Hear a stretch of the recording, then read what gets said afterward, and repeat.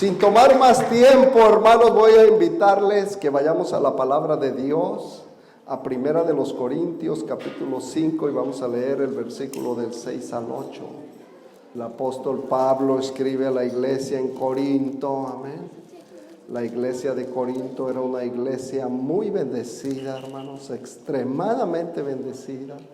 Todos los dones del Espíritu se manifestaban ahí. Amén, gloria al Señor, aleluya. No es buena vuestra jactancia. ¿No sabéis que un poco de levadura leuda toda la masa? Limpiaos pues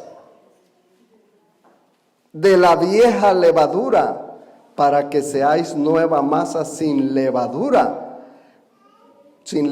como sois, para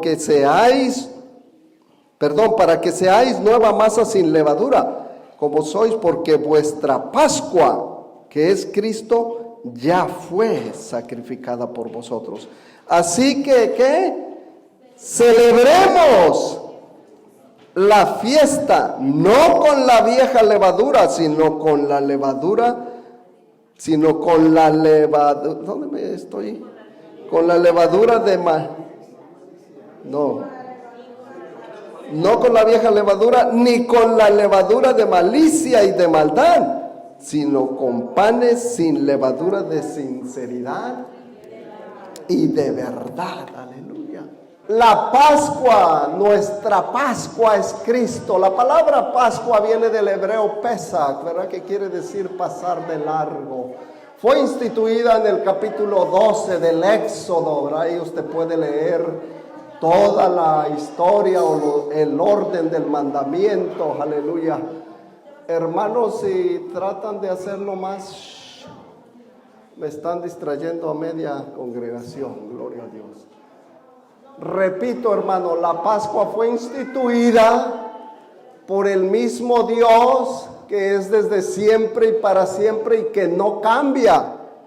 Al pueblo de Israel se le mandó que la guardara por una temporada, no, perpetuamente. Por lo tanto, si Dios dice que es perpetuo, o sea, para siempre, no se puede cambiar. Y era un pacto con el pueblo de Dios, ¿verdad? Y dice la Biblia que cuando se hace un pacto, hermanos, aunque sea de hombre, una vez que es ratificado o comprobado, no se puede abolir o cancelar. Por lo tanto, Dios hizo este pacto con la humanidad, con el pueblo de Israel, y les dijo: por perpetuidad lo guardaréis.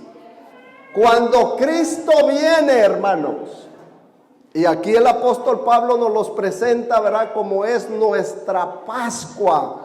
Cristo es nuestra Pascua. Cristo claramente dijo: no penséis, ni siquiera penséis que he venido a abolir la ley, ¿verdad? Porque muchos creen que, hermano, el tiempo de la ley ya pasó, la ley ya se terminó, etcétera. No, la ley sigue vigente. El pueblo de Israel sigue bajo la ley, siguen guardando los mandamientos. El asunto entra cuando el pueblo gentil va a entrar a ser parte del pueblo de Dios. ¿Por qué Dios llama al pueblo gentil? Por la dureza del corazón de los israelitas, hermanos. Por eso es, ¿verdad? Dice la Biblia en San Juan capítulo 1, versículo 11 en adelante, que a lo suyo vino, pero los suyos no le recibieron.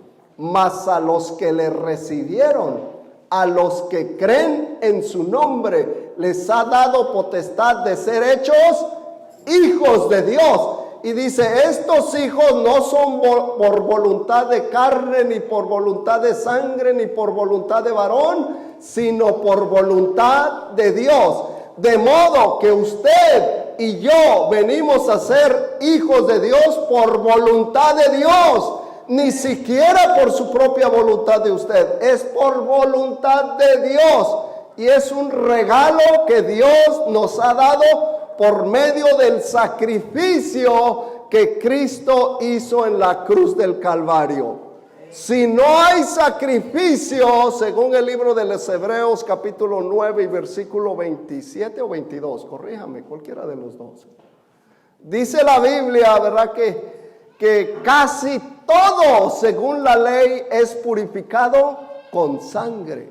Y sin derramamiento de sangre no se hace remisión o perdón de pecados, hermanos. Por eso es que era tan importante el sacrificio del Cordero Pascual en la cruz del Calvario. Dios es espíritu, según San Juan 4:24, y busca adoradores que le adoren en espíritu y en verdad. Un espíritu podrá tener sangre, pero el Espíritu de Dios puede decir, sea la sangre, y es la sangre, ¿verdad que sí? ¿O no podrá Dios hacer eso? Sí lo puede hacer, pero dice la Biblia que Dios buscó un justo dentro de todo el pueblo de Israel o de la humanidad entera, y dice, y no lo hallé. Como no hay un justo, dice, bueno, yo mismo me tengo que vestir de carne y vendré a vosotros. Así lo declara Isaías, ¿verdad? Yo mismo que hablo estaré presente. Y por eso cuando nació Jesús, se cumplió la profecía, ¿verdad? Que dice, llamará su nombre Emanuel, que quiere decir Dios con nosotros. No era otro Dios, era el mismo Dios, porque Dios es eterno, no tiene principio ni fin. Él es el principio y el fin de todas las cosas, amén. Ese es nuestro Dios Jesucristo. Según Hebreos capítulo 13 y versículo 8 dice, Jesucristo es el mismo ayer, hoy y por todos los siglos. No dice el mismo ayer sábado, ¿verdad? Hoy domingo y mañana lunes. No, se refiere a todo el pasado, el presente y todo el futuro. Porque en Dios no hay tiempo, hermanos. Él es eterno. Gloria al Señor. Y este Dios escogió vestirse de carne para redimirlo a usted y a mí. Porque nuestra sangre, hermanos, aunque usted quiera derramar su sangre, ni un solo pecadito puede borrar la sangre de usted. La sangre de Martínez no le puede perdonar a usted ningún pecado. Solamente hay una sangre santa, pura, sin pecado, la de Jesucristo en la cruz del Calvario. ¡Aleluya! Y todo esto fue cumplimientos proféticos, hermanos. Todo estaba escrito en la Biblia, Antiguo Testamento, y aún Cristo profetizó cuando estaba en los días de su carne cómo Él iba a morir, pero también anunciaba, ¿verdad? Gloria al Señor. Por eso que decía, no se asusten, el Hijo del Hombre ciertamente va conforme las Escrituras, pero al tercer día se levantará, hermanos.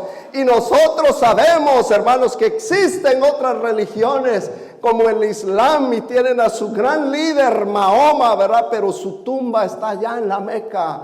Existen otras religiones como el budismo, pero su cuna empezó allá en la India, y allá está Buda, hermanos. Pero nosotros tenemos la esperanza viva, hermanos, de Jesucristo, que aunque murió, fue sepultado, pero al tercer día se levantó. Y esa es la promesa de todo cristiano, porque Cristo viene por nosotros, hermanos, aleluya. Cristo dijo, no os dejaré huérfanos, vendré a vosotros. Yo no me siento huérfano, hermanos. Yo lo he dicho aquí, hermanos, que se cuenta, ¿verdad?, que la vida de los pastores a veces es solitaria y triste y deprimida y tanta cosa. Y yo lo creo, hermanos, porque se sufre mucho en el pastorado. Hay muchas dificultades, muchos problemas, etcétera, etcétera. Pero digo, yo nunca me he sentido solo, hermano. Nunca me he sentido solo. Al contrario, hasta se los he dicho a algunos, hermanos, a veces me siento mal acompañado. Aleluya, gloria a Dios. Porque para mí esa es la certeza, la seguridad de que Cristo vive y está con nosotros, hermanos. Y Él nos va a ayudar a pasar cualquier prueba que sea. Promesa de Dios, Él lo dijo, no os dejaré huérfanos, vendré a vosotros. Y el apóstol Pablo lo escribe en su epístola a los tesalonicenses, ¿verdad? Que el Señor mismo, con voz de arcángel y con trompeta de Dios, descenderá del cielo, y los muertos en Cristo resucitarán primero. Aleluya. O sea que cuando el Señor venga en las nubes y toque su trompeta, usted va a escuchar la trompeta, hermanos, y va a decir: Maranata, Cristo viene, aleluya. Y la tumba, aunque quiera detenerlo, hermanos, se va a abrir y usted va a salir ahí revestido de gloria, aleluya. Porque es el Dios de todos los dioses el que lo va a levantar a usted y a mí, aleluya. Promesa de Dios es esta. Cristo es nuestra Pascua. En el Antiguo Testamento Dios les dio instrucciones a los israelitas, ¿verdad? Dice: maten un cabrito de 1 año y lo sacrificaron, y la sangre pónganla en los postes y en el dintel, ¿verdad? Y cuando venga el espíritu de muerte, dice el Señor, si ve la sangre en su puerta, va a pasar de largo. Y esa es la palabra Pesach, Passover en inglés.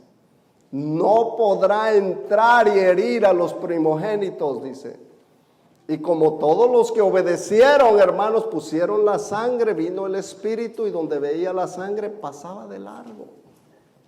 Y seguía a la siguiente casa quizás, y ahí no había sangre, ahí entraba y moría el primogénito. Yo creo que nadie quiere morir, ¿verdad? Todos queremos vivir. La pregunta es: ¿ha usted puesto la sangre en su puerta? Si no la ha puesto, Cristo le sigue llamando. Póngala. Ahora pues, dice la palabra de Dios, ¿por qué te detienes? Levántate y bautízate y lava tus pecados, invocando su nombre, hermanos, porque no hay otro nombre en el cual podamos ser salvos, solamente en el nombre de Jesucristo. ¿Cuántos creen que solo Cristo salva? Repítalo conmigo: solo Cristo salva. Una vez más, solo Cristo salva. Nadie más, hermanos. Si la palabra de Dios en algún lugar dijera: hay otro nombre que salva, yo les diría eso. Eso sería mi responsabilidad, hermanos, predicarle y enseñarle a la iglesia: hermanos, aparte de Jesucristo hay otro nombre que se llama Buda o Yahweh o como usted quiera. Pero la palabra de Dios me enseña que no hay otro nombre. Y si no hay otro nombre, yo no les puedo predicar otro nombre. Tengo que predicarles el único nombre que es sobre todo nombre que se nombra en este siglo y en el venidero. Aleluya. Y ese nombre es Jesucristo. Por eso es que cuando alguien se bautiza se debe invocar el nombre de Jesucristo. Porque es el único nombre que salva. Dicen: pero no es Jesucristo, es Yeshua HaMashiach. Ok, echando el hebreo. En el griego el Jesús Christos. Hermanos, dice la Biblia en Romanos 2:15 que todo ser humano, hermanos, va a ser juzgado. Dice: sus razonamientos los acusarán o los defenderán. O sea que dependiendo de cuánto usted entiende, es como va a ser usted y yo juzgados. Amén. ¿Cuántos aquí hablan hebreo? Nadie. Entonces, ¿cómo les voy a predicar en hebreo, hermano? Primero tendría que mandarlos a la yeshiva, ¿verdad? Que aprendan un poco de hebreo y después vengan acá. Para ese entonces ya ni estamos aquí, hermano. Ya Cristo vino y nos llevó. Gloria a Dios. Cristo es nuestra Pascua y ha sido sacrificada por usted y por mí. El sacrificio está ahí, hermano. La sangre que perdona pecados está ahí. ¿Qué es lo que nos detiene? Si oyereis hoy su voz, dice el Señor, no endurezcáis vuestros corazones como en la provocación. En otras palabras, hermanos, cuando nosotros oímos la voz de Dios, entendemos la voz de Dios, pero no la obedecemos, estamos provocando a Dios. Ya se los traduje del hebreo al español, a ver si me la entienden. Amén. Eso es, hermano. Aunque no diga amén, cuando el ser humano ha entendido, hermanos, ya es su responsabilidad. Todavía uno como pastor, como líder, como presidente de varones, de Dorcas, cuando alguien no ha entendido, pues nuestra responsabilidad es hacerlo entender, ¿verdad? Explicarle, enseñarle, y por eso hay escuelas dominicales en las iglesias, por eso se predica y se enseña la palabra de Dios, para que el hombre venga y entienda. Una vez que entiende, hermanos, asumimos nuestra responsabilidad. Amén. Y nuestra salvación está en nuestras manos, está en nosotros decidir. Yo no puedo obligar a nadie. Imagínense que Dios obligara a la gente a salvarse. Pues ya nos hubiera obligado a todos, ¿verdad? Pero Dios nos ha dado la bendición, hermanos, de darnos lo que se conoce como el libre albedrío. Es usted el que escoge, soy yo el que escojo servir a Dios. Amén. Dios nos mandó a predicar su santa palabra porque por medio del oír viene la fe. ¿Cuántos de nosotros, hermanos? Yo he escuchado muchísimos testimonios que se llenaron de fe con una predicación, algunos con un tratado, algunos con una enseñanza en la radio, algunos con un vecino que le dijo un texto bíblico. Se llenó de fe. Normalmente el ser humano está sensible a la voz de Dios, hermanos, cuando estamos en gran necesidad, ¿sí o no? ¿Cuántos vinieron al camino cuando estaban en gran necesidad? La mayoría, hermanos, casi cuando todo está bien, tengo mi negocito, tengo dinero en el banco, tengo salud, estoy joven, dice, ¿sabe qué? No necesito a su Cristo. Estoy bien, pues porque está bien, dele gracias a Dios. Eso es lo que dice Dios, ¿verdad? Que entrar por sus puertas con acción de gracias, aleluya, no enojados, ¿verdad? Con acción de gracias. Tenemos lo que tenemos, somos lo que somos, sabemos lo que sabemos, gracias a Dios, que nos ha dado el entendimiento, hermanos, y la capacidad para hacer lo que seamos. No importa, usted puede llegar a ser médico, abogado, astronauta, ir al espacio, qué sé yo, lo que Dios le permita hacer. Y todo eso usted es gracias a Dios. La palabra Eucaristía, ¿verdad? Que se usa mucho en la iglesia tradicional. Por lo general, la gran mayoría, hermano, no sabe ni qué significa la palabra Eucaristía.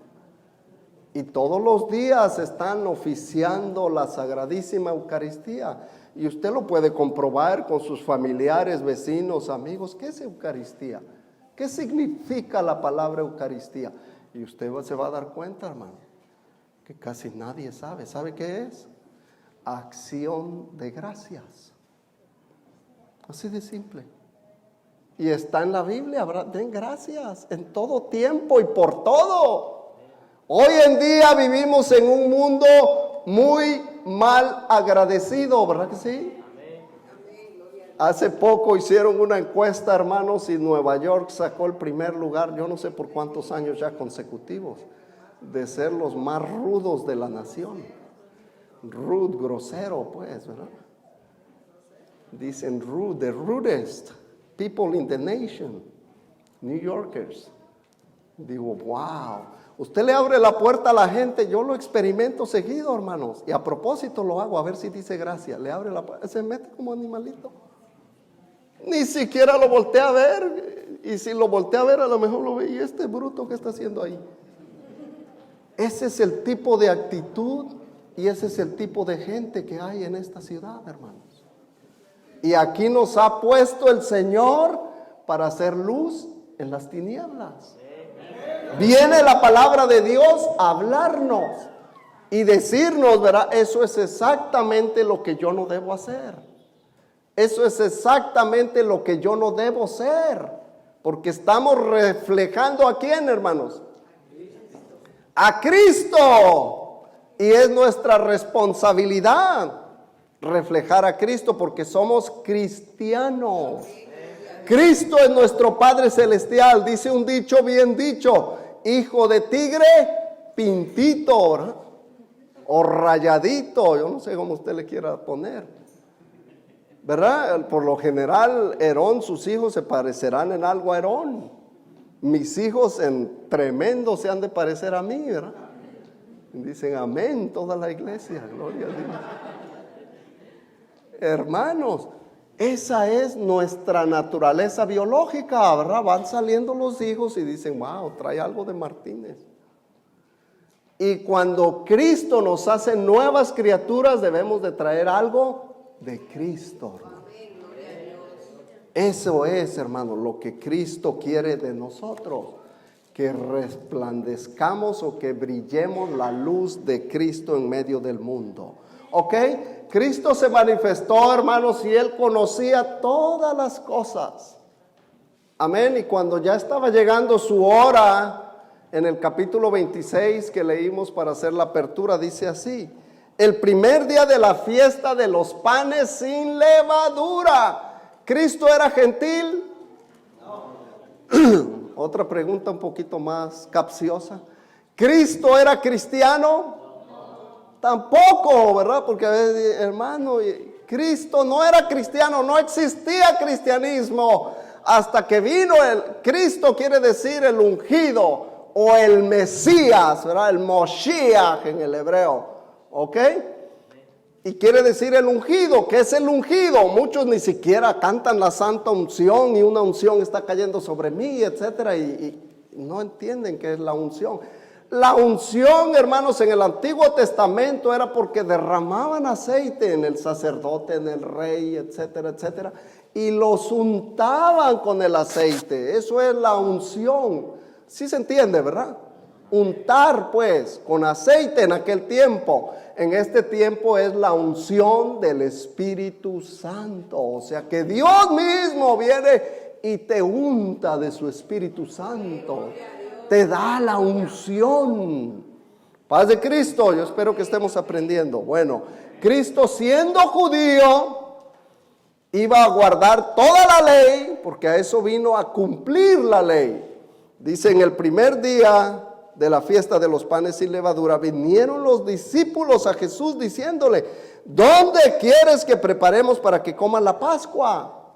Y él dijo: id a la ciudad y cierto hombre.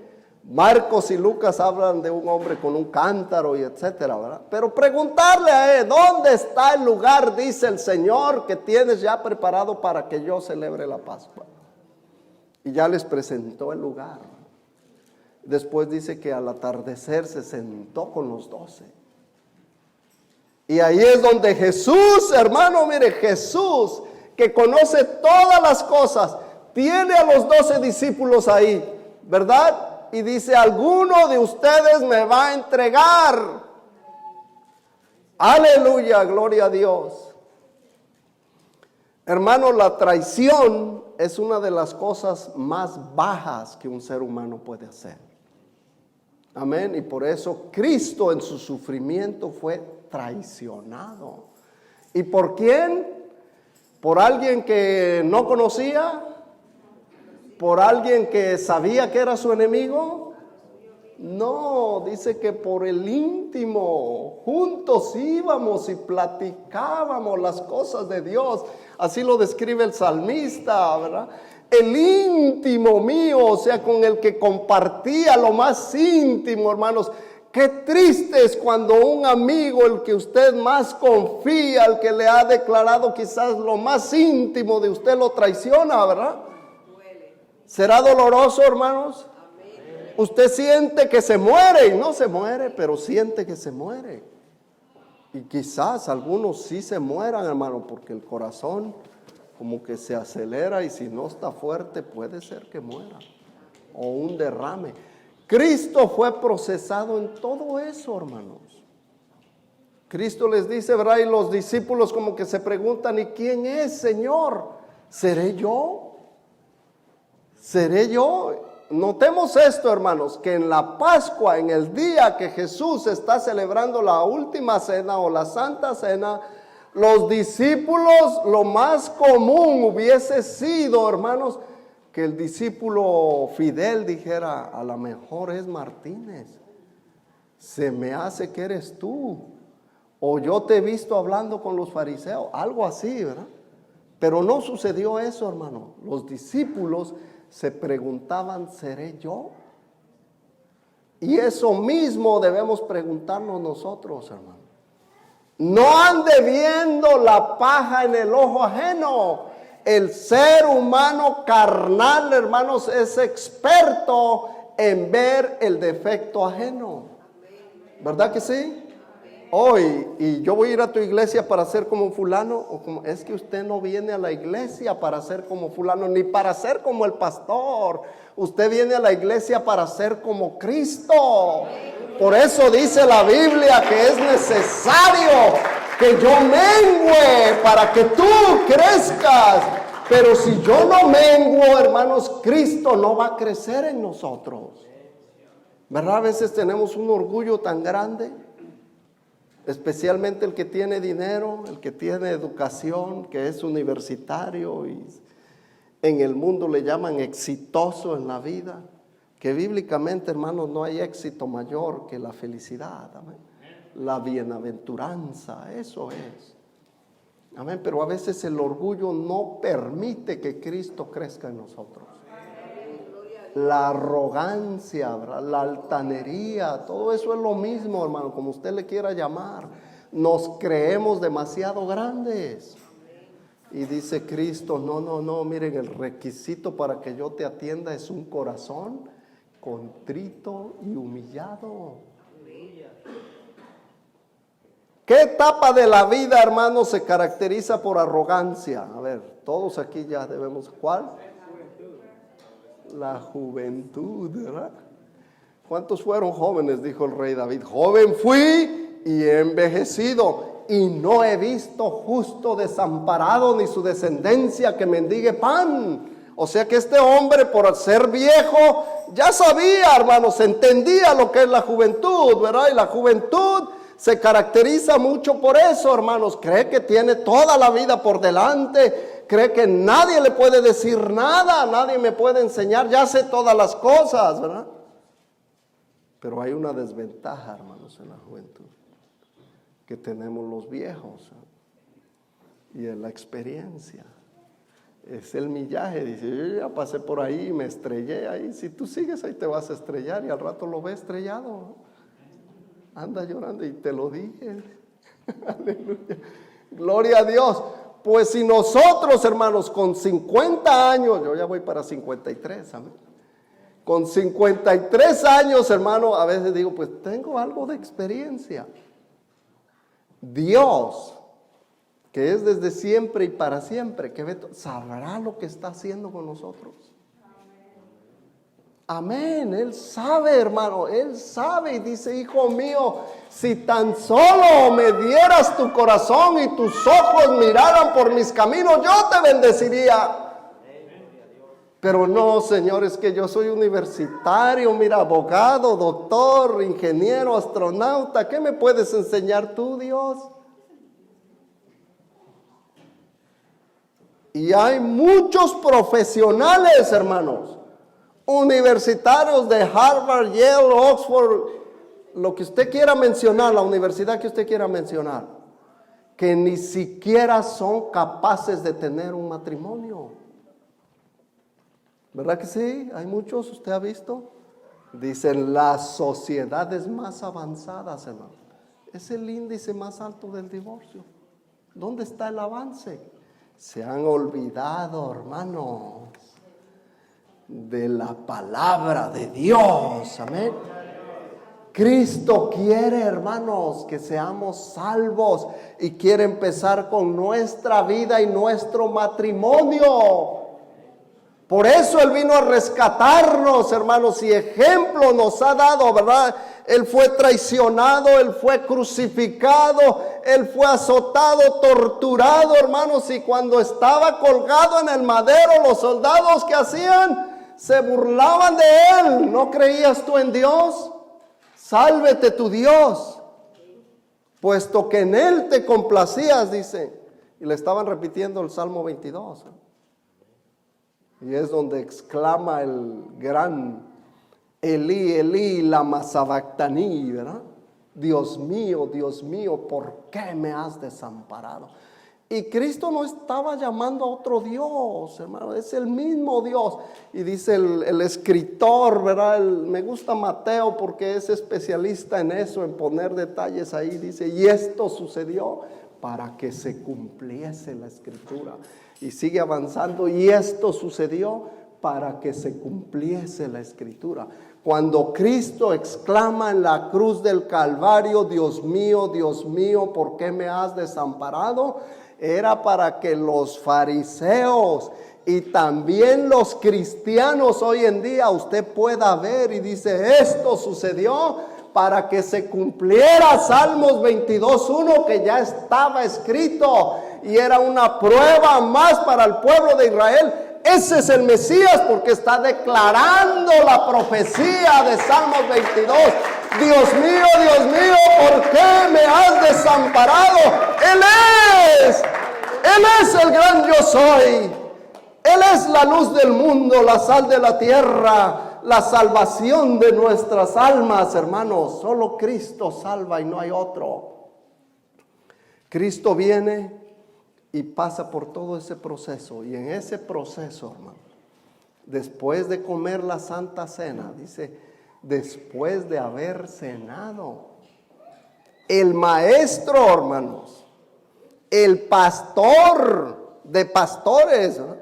Dice la Biblia que se quitó su manto, se ciñó, ¿verdad? Y se puso una toallita y dijo, tráigame agüita, ¿verdad? Y empezó a lavar los pies a sus discípulos. Así como estoy parado, ¿cuál es la parte más baja de mi cuerpo? Los pies, ¿verdad? Y usted se humillaría ante mis pies. Dicen, no, hermano, menos si tiene hongos. Yo no lo haría, dice. Pues Cristo nos dio ejemplo de humildad, hermanos. Esto del lavatorio de pies que vamos a hacer hoy, hermano, no todas las iglesias lo practican. Y buscan miles de excusas para no hacerlo. Pero Cristo dice en su palabra, ¿verdad?, que esto debes de hacer porque ejemplo os he dado. Había uno que no se sentía digno, ¿verdad? Pedro le dijo, tú eres el Señor y me lavas los pies a mí. No, nunca, no me voy a dejar. Y le dice Cristo, bueno, si yo no te lavo, no tienes parte conmigo. Cuando él entendió, hermanos, Cristo vio su necesidad, como que es durito de entendimiento. Pero cuando él entendió, dijo, ay, no solo los pies, también la cabeza y las manos. Y le dice el Señor, el que está limpio, no necesita sino ser lavado los pies de él. Amén, eso es lo que Cristo le dice a Pedro. Y yo espero que aquí no haya ningún Pedro, sino que todos ya entendimos que es necesario hacer esto. ¿Por qué? Porque ya Cristo nos dio el ejemplo. ¿Verdad que así dice la Biblia? ¿Cuántos quieren ser ejemplo, hermano? El apóstol Pablo le dice a Timoteo, verás, sé ejemplo de los creyentes en palabra, conducta, amor, espíritu, fe y pureza. ¿Y cómo voy a ser ejemplo si no lo hago? Y por eso hoy, verán, la Santa Cena les dije, hermanos, córtense bien las uñas. Si quieren ir al pedicurista, vaya. Y dice mi esposa, yo no voy a ir, dice, porque tú eres el que me los va a lavar. ¿Verdad? Por primera vez en la historia les dije, yo nunca lo he visto, hermano, yo no sé de dónde me salió esto. Pero sí creo que es la voluntad de Dios, hermano. Y les voy a explicar por qué. Porque en el matrimonio, hermanos, normalmente el que se enseñorea, ¿quién es? El varón, ¿verdad? Y digo, no, hermanos, si Cristo nos ha dado un ejemplo de humildad, yo quiero que aquí en Templo Emanuel en Queens, el varón le lave los pies a su esposa. Amén. Aleluya. Yo creo, hermanos, que Dios puede sellar a alguien con el Espíritu Santo hablando en lengua, lavando los pies de su esposa. Aleluya. ¿Cuánto lo creen, hermanos? Nuestra cultura es una cultura 100%, si no pudiera yo decir al 1000% machista. ¿Cierto o no cierto? Solo los machistas no dicen amén. Es así, hermano. Nos creemos muy salsas, ¿eh? Paz de Cristo. Y dice Cristo, no, mijito, usted tiene que aprender a bajarse, a arrodillarse. Sí, muchos hombres, ¿verdad?, se arrodillan, o hasta a lo mejor yo me arrodillaría si me dijera mi esposa, me voy, te dejo. Ahí sí, pero ay, honey, no me dejes, no me abandones. A lo mejor porque lo mantiene, ¿verdad? Le diría. Dijo un pastor, ¿verdad?, que en una ocasión había un hombre que le dijo al pastor, le dijo, si mi mujer me deja por otro, dice, yo me voy con ellos. Amén, espero que no haya aquí de esos, hermanos. Amén, aleluya, gloria a Dios. Tenemos que aprender, hermanos, a seguir el Espíritu de Cristo, el ejemplo de Cristo. Hoy vamos a tomar la Santa Cena, hermanos. ¿Cuántos vienen preparados? Les dije, hermano, véngase en ayuno y oración, amén. Y aquí vamos a entregar el ayuno, hermano. Para mí es una manera de intimidarse con Dios, hermanos, el ayuno. Porque algunos practican ayuno para bajar de peso, otros para obligar a que Dios haga algo, dicen. Y hay casos bíblicos, ¿verdad?, donde la gente se metía en ayuno y oración. Y pues Dios dice, miró a mi siervo Acab, ¿verdad?, al rey Acab, cuando se humilló en silicio y ceniza, dice la Biblia. Y le dice a Elías, ¿has mirado a mi siervo Acab? Se ha humillado, dice, por tanto, no traeré el mal en su tiempo de él, sino en su generación postrera. Entonces Dios ve estas cosas, hermanos. ¿Usted quiere una bendición para sus hijos? Yo quiero, hermanos, que mis hijos, ¿verdad?, un día vean y digan, especialmente si alguien toma fotos o eso, oh, mi papi lavándole los pies a mami. Paz de Cristo.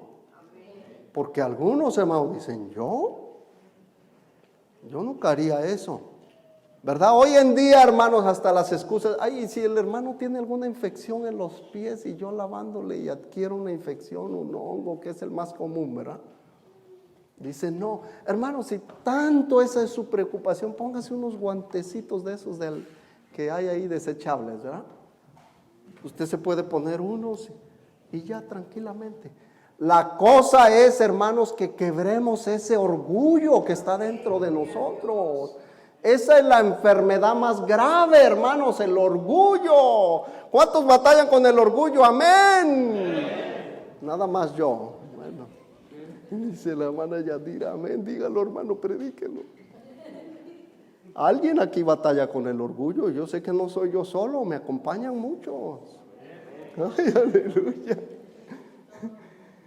Hermano, no haga eso. ¿Y por qué no? Cuestionamos todo, ¿verdad? Hermanos, porque Dios dice que no lo haga. Y si Dios nos aconseja, yo creo que es bueno. Hermano, haga esto. ¿Y por qué lo debo hacer? La misma cosa, hermano. Cuando alguien cuestiona todo es síntoma de orgullo, hermanos. ¿Por qué? Porque creemos que sabemos un camino mejor. Creemos que sabemos más que el que nos aconseja. Y por eso, ¿verdad?, tratamos de no decir mi consejo, sino el consejo de Dios para usted y para mí. Es para todos, ¿verdad que Dios nos cubre a todos? Paz de Cristo. Yo sé que la iglesia ha estado siendo preparada en estos días, hermano.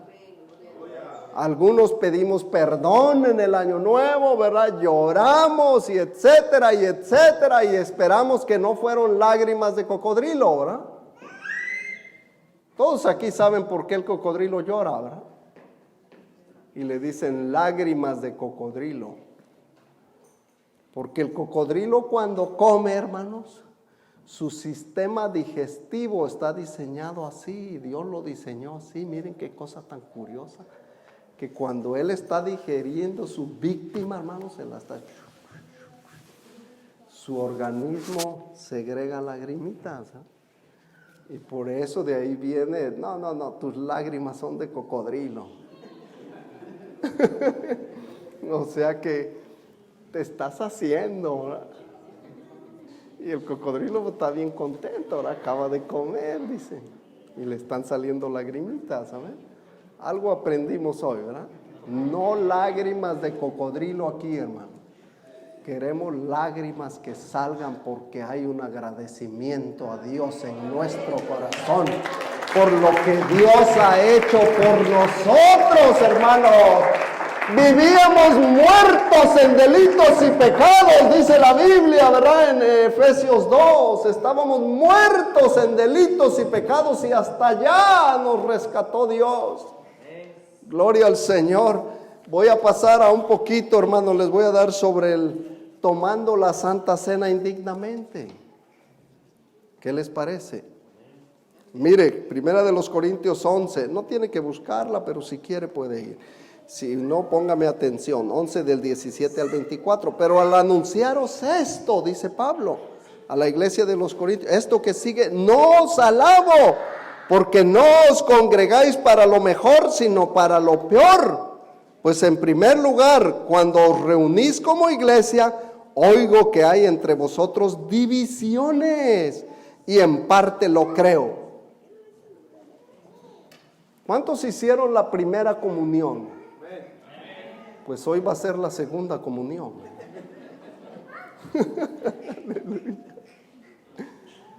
La comunión es unirnos en algo común, hermanos. Ahí usted lo puede ver, ¿verdad? Aparta la palabra en dos, y común y unión. Primera comunión, cuando supuestamente, ¿verdad? Y digo supuestamente por mi persona, mi experiencia. Cuando pasé al cubículo para confesarme, ¿verdad? Le mentí al sacerdote. Entonces no podía haber una genuina comunión, hermano. Pero ya cuando vine a Cristo, entonces sí, ¿verdad? Porque es mi comunión del Ricardo espiritual con el Dios espíritu. Amén. Esa es la comunión que Dios quiere. Y cuando nosotros logramos esa comunión, hermanos, automáticamente, pues no va a haber divisiones, ¿verdad? Porque todos estamos en un mismo sentir y un mismo parecer, ¿ok? Dice, volviendo a la lectura, hay entre vosotros divisiones y en parte lo creo, porque es preciso que entre vosotros haya disensiones o desacuerdos para que se hagan manifiestos entre vosotros los que son aprobados. Cuando pues os reunís vosotros, esto no es comer la cena del Señor, porque al comer cada uno se adelanta a tomar sus propios tamales, y uno tiene hambre y otro se embriaga. Ahí les traduje la palabra, hermanos, del arameo a español. Amén.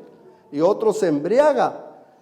Pues ¿qué? ¿No tenéis casas en que comáis y bebáis? ¿O menospreciáis la iglesia de Dios y avergonzáis a los que no tienen nada? ¿Qué os diré? ¿Os alabaré? Y dice el apóstol, en esto no os alabo. Porque yo recibí ¿de quién? Del apóstol Pedro y Juan y los Jacobo, que eran los pilares de la iglesia. No, yo recibí del Señor lo que también os he enseñado, que el Señor Jesús, la noche que fue entregado, tomó pan y habiendo dado gracias lo partió y dijo, tomad, comed, esto es mi cuerpo que por vosotros es partido. Haced esto en memoria de mí. Asimismo tomó también la copa después de haber cenado, diciendo, esta copa es el nuevo pacto en mi sangre. Haced esto todas las veces que la bebieres en memoria de mí. Así pues, todas las veces que comieres este pan y bebieres esta copa, la muerte del Señor anunciáis hasta que Él venga. De manera que cualquiera, oiga esto, aquí se pone interesante, que comiere este pan o bebiere esta copa del Señor indignamente, será culpado del cuerpo y de la sangre del Señor. ¿Qué es comer la Santa Cena indignamente? ¿Será digno, hermanos, venir aquí y estoy peleado con Fidel? Y así voy a pasar a tomar la Santa Cena y decirle, ay, Fidelito. ¿Verdad que no sería digno? A lo mejor Fidel por dentro diría, hipócrita. ¿Verdad que sí o no? Pero cuando estamos a cuentas, como dice Isaías 1:18, venid y estemos a cuentas, dice Jehová, si vuestros pecados, si tu ofensa, hermano, si tu enemistad con el hermano, parece que no la puedes superar, hermano, Dios te ayuda a superarla. Amén. Y entonces sí, ¿verdad? Venimos a comunión. De otra manera estaríamos tomando la Santa Cena indignamente. Y empezando con el matrimonio, hermanos, paz de Cristo. Amén. Usted no va a ofender a un tío, un primo, un hijo, un nieto, un hermano que vive en Japón, ¿verdad que no? Al contrario, cuando me llama, ¡ay, primo, hermanito, chulo, te amo! ¿Con quién sí se va a pelear? Con el que ve todos los días, todo el día. Con ese va a diferir y no estoy de acuerdo, ¿verdad? No me gusta lo que hiciste. ¿Por qué me miraste así? Usted no va a ofender al lejano, usted va a ofender al cercano. ¿Qué probabilidad hay de que usted me ofenda durante la semana? Casi ninguna. Pero cuando vengo el domingo es posible que nos ofendamos. Paz de Cristo, porque estamos cerquita. Hermano, no ponga la silla así. ¿Y quién se cree que es? Yo las pongo así porque así me gusta a mí. Paz de Cristo. ¿Me están entendiendo? Esas son, hermanos, son cositas que parecen insignificantes, pero que en el corazón del ser humano se hacen grandes. Se hace piedra de tropiezo. No te deja tomar la Santa Cena. Paz de Cristo. Hermanos, es así como funciona. Bueno, así funciono yo. A lo mejor usted es extraterrestre, ¿verdad? De manera que cualquiera que comiera este pan o bebiera esta copa del Señor indignamente será culpado del cuerpo y de la sangre del Señor. Por tanto, pruébese cada uno a sí mismo y coma así del pan y beba de la copa. Pruébese a sí mismo. No es el pastor que te va a probar, es usted. Porque el que come y bebe indignamente sin discernir el cuerpo del Señor, juicio come y bebe para sí. Por lo cual hay muchos enfermos y debilitados entre vosotros y muchos duermen. Si pues nos examinásemos a nosotros mismos, no seríamos juzgados, mas siendo juzgados somos castigados por el Señor, para que no seamos condenados con el mundo. Así que, hermanos míos, cuando os reunís a comer, esperaos unos a otros. Si alguno tuviere hambre, coma en su casa, para que no os reunáis para juicio. Las demás cosas las pondré en orden cuando yo fuere. La palabra orden, muy importante, hermanos. Creo que es el versículo de ahí de los Corintios 14:40, que dice, hágase todo decentemente y en orden.